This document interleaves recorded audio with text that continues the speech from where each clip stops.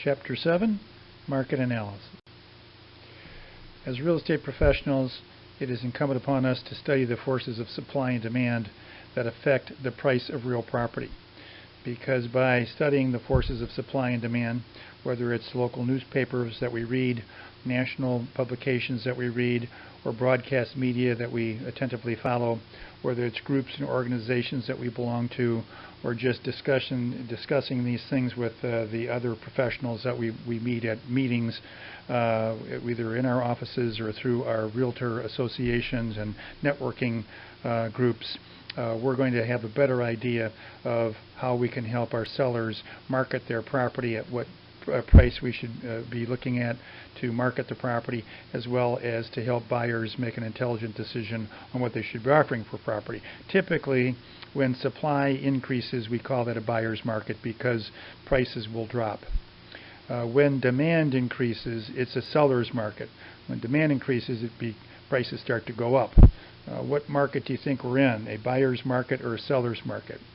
And that would be correct. It's a buyer's market today. We have an oversupply of property and not enough buyers that are able to absorb all of it. So prices have been dropping.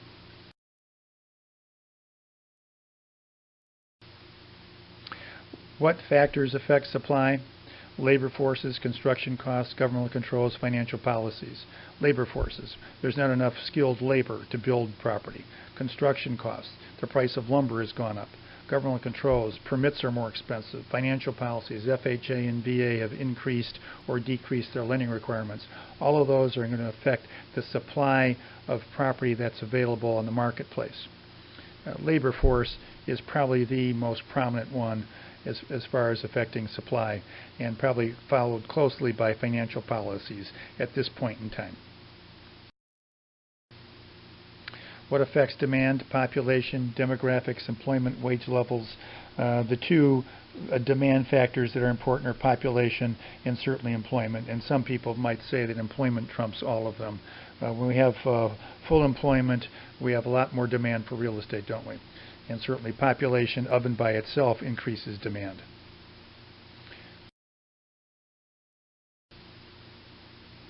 For something to have value, it has to have dust. For something to be valuable, it must have dust. And dust stands for demand, utility, scarcity, transferability. Demand, somebody's got to want what we have. Utility, it has to provide some utility, some usefulness. There has to be somewhat scarce. And transferability means that the utility, usefulness that I have is the same usefulness or utility that I can transfer to somebody else. Value, we have market value, market price, and market cost. Market value is an opinion of the value of property at any given one time. We won't know what the value is until it sells, and we call that market price, what it actually sells for. And market cost is what it costs to construct a property. Now, just a caveat, while market price typically represents market value, it doesn't always represent market value, and we have to know when market price and market value are different, because we don't want to use properties that don't adequately represent market value when we're trying to value our seller's property. An example of where market price wouldn't represent market value would be, we have a property whose market value might be $200,000, but the seller decides to sell to his son, not for $200,000, but to sell it for $150,000. That would not, what they sold the property for, $150,000, would not represent market value. Well, it might represent it does represent market price, what it sold for. That would not represent market value. Market cost and market value may be the same, or they may be different as well. Market cost, it may cost a builder $100,000 to find a lot, empty lot. He builds a property on it valued at $100,000, so the market cost for that property is $200,000. But when he goes to sell it, because of economic conditions, supply and demand conditions, maybe he only sells it for $150,000. So market cost might be $200,000 in this situation, but the market price would be $150,000. So market cost and market price might be different, and that may or may not represent market value. Market value is probably the most important of these for our considerations. That's really what we're trying to filter out when we go and help the sellers determine what their asking price should be, or when we're helping buyers negotiate to purchase the property. What is the market value of that property that we're interested in or that we want to sell? These are the appraisal principles found on pages 128 and 129 that go into affecting how we derive market value as we counsel our sellers and as we develop what's called a CMA, or competitive market analysis. These are our value principles, and you can read them all the way through, but very briefly, anticipation simply means that we might expect values are going to increase. If we do, then what we value property for today may be based on what we think it might be worth maybe a month or 2 or 6 months from now, because of the principle of anticipation. Change. We know that nothing remains constant. So no matter what market value is today, we know it's going to change tomorrow, up or down. Competition. The interaction of supply and demand. So competition is how all our supply forces and our demand forces create competition for these properties. And if there's too little competition, that's going to affect the value to go down. If there's too much competition for the property, that will affect the value to go up. Conformity. We want to try property should be in an area where it conforms somewhat to its other properties in that area, or it would have the effect of derogatorily bringing the value down.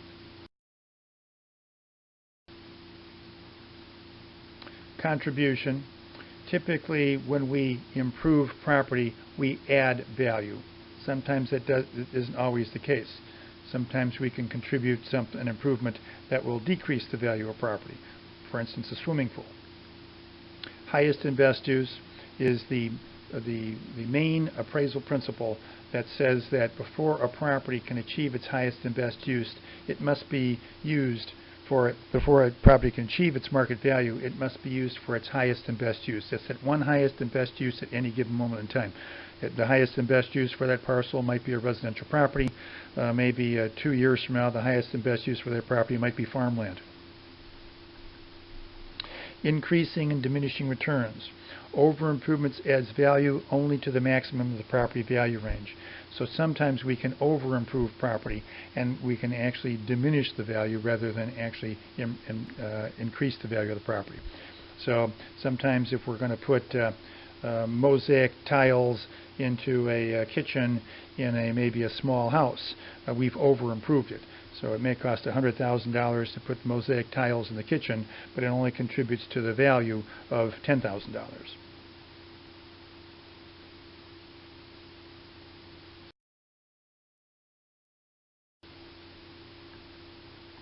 Regression and progression. Regression means that if we have the largest property in an area of small homes, our value is being regressed or pulled down by the smaller properties. Conversely, if we have the smallest property around the largest properties, then our value is being progressed or pulled up by the mere virtue of the other larger properties that are in our area. Substitution. The property that we're going to list, its value is going to be worth pretty much what a substitute property is worth. And that's really what the competitive market analysis does, or the sales comparison approach, which is sometimes we call the CMA approach, which we find on page 130. That's really the principle that this is based on. Supply and demand, as we said,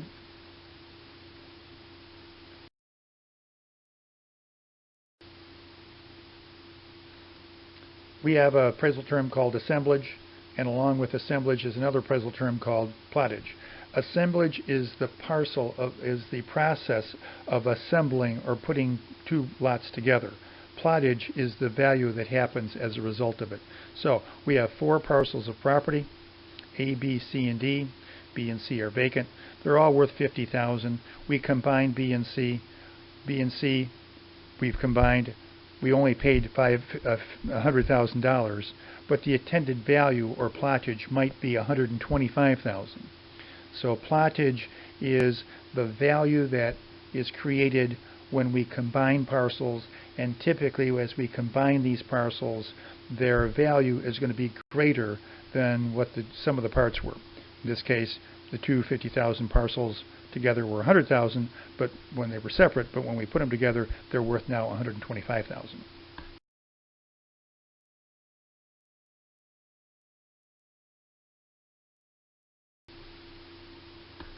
Three approaches to value that we would use when we go to value, find market value for a property: the sales comparison approach, and the cost approach, and the income approach. The sales comparison approach we use on residential properties. The cost approach we use on new properties that are just being built, have just been built, or a unique property. We would have to use the cost approach or the cost technique in determining the value. Let's say we're going to market a vacant post office or a vacant church. Income approach, of course, that would be the approach we'd use whenever we're using income producing property. The sales comparison approach is the one we talk about in the chapter, and if you ask any questions on the final exam, it'll be on the sales comparison approach, not the other two approaches. I threw those in there just so you had a better grasp of the whole thing with valuing property with different kinds of properties.